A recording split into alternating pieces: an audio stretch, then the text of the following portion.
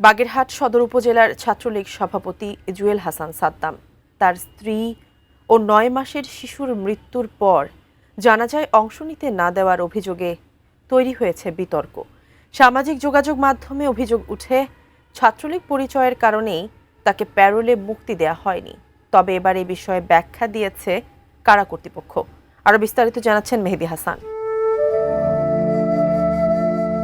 ২৪শে জুলাই-আগস্ট আন্দোলন সংশ্লিষ্ট মামলায় গ্রেপ্তার হয়ে যশোর কেন্দ্রীয় কারাগারে বন্দী রয়েছেন নিষিদ্ধ ছাত্রলীগের বাগেরহাট সদর উপজেলার সভাপতি জুয়েল হাসান সাদ্দাম।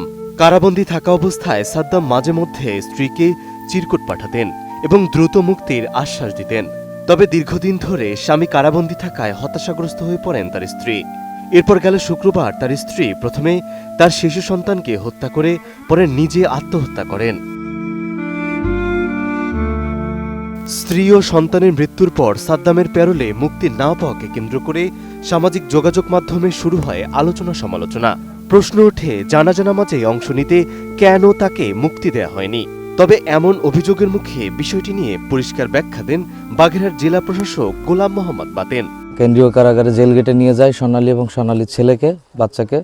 সেখানে আমাদের দুই পরিবারের মোট 7 জনকে ঢুকতে দিছিল ভিতরে। ওখানে আমাদের টোটাল 5 মিনিট সময় দেওয়া হয়েছিল সাদ্দামের সাথে তার ওয়াইফ এবং তার বাচ্চার সাথে দেখা করানোর জন্য। সাদ্দাম তার ওয়াইফরে ছুঁয়ে দেখছে এবং সে অনেক কান্নাকাটি করছে। আর সে বাচ্চাকে ছুঁয়ে দেখে নাই, কারণ তার মনে একটাই কষ্ট যে আমি জীবিত অবস্থায় কোলে নিতে পারি নাই, আমি মৃত অবস্থায় কোলে নিব না। আমি যখন নির্বাচনী কাজে ব্যস্ত ছিলাম এই সময় আমি জানতে পারলাম জেল সুপার মহোদয়ের মাধ্যমে যে তারা জেলখানায় গিয়েছিল প্যারোলের বিষয় এবং এখানে সেই বন্দী আছে কিনা। তো উনি জানিয়েছেন যে এটা বন্দী আছে যশোর কারাগারে। তো এইটা আমি বললাম যে আমাদের তো এটা করণীয় কিছু নাই, এটা যশোর জেলা ম্যাজিস্ট্রেট উনি এটা দেখবেন।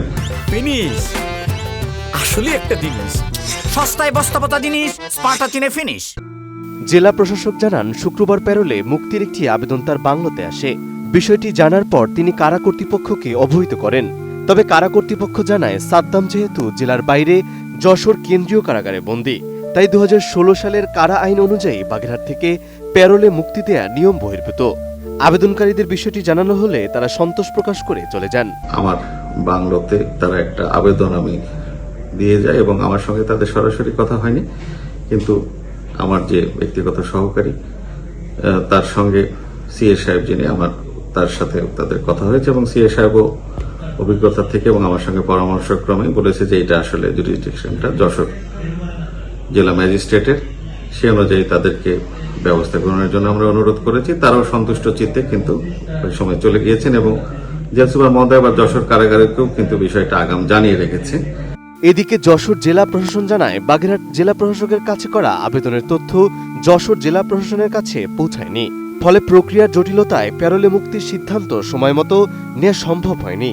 যশোর প্রশাসনের ভাষ্য অনুযায়ী আনুষ্ঠানিক আবেদন সরাসরি সংশ্লিষ্ট কারাগার ও জেলা প্রশাসনের কাছে এলে বিষয়টি আইন অনুযায়ী বিবেচনা করা হতো। শেষ পর্যন্ত শনিবার সন্ধ্যায় স্ত্রী ও সন্তানের মরদেহ যশোর কেন্দ্রীয় কারাগারের ফটকে আনা হলে মাত্র কয়েক মিনিটের জন্য তাদের শেষবারের মতো দেখার সুযোগ পান সাদ্দাম। পরে বাগেরহাটে জানাজা শেষে রাতেই মা ও শিশুকে পাশাপাশি দাফন করা হয়।